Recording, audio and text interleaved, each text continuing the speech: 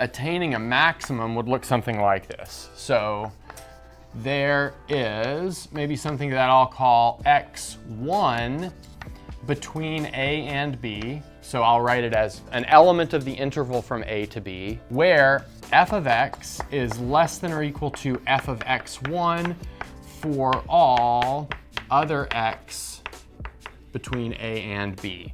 So that f of x1, that is the maximum, right? Notice that everything is smaller than this, the maximum.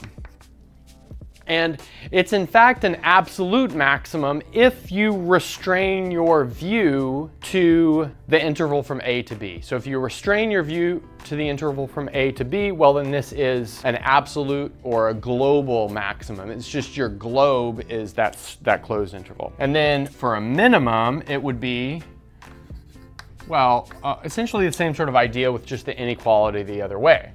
So there is what I'll call an x2 between a and b, where f of x is bigger than or equal to f of x2 for all x on our interval from a to b, and this is the minimum.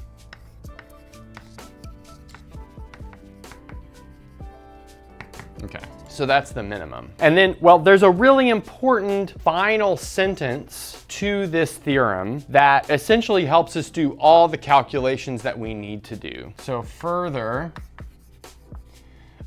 these occur at critical points,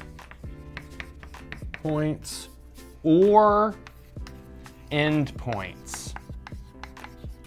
So that means the only place that a maximum or a minimum can occur in this setting is either at a critical point or an endpoint. Well, luckily we know how to find critical point. The derivative is either 0 or does not exist, and we know how to find endpoints. They're just given to us, right? There's nothing fancy about finding them. So let's look at some examples.